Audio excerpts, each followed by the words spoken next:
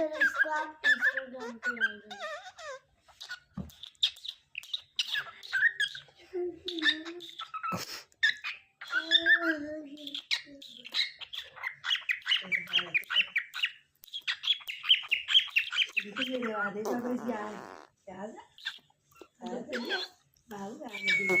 पता नहीं कितना दूध पिया।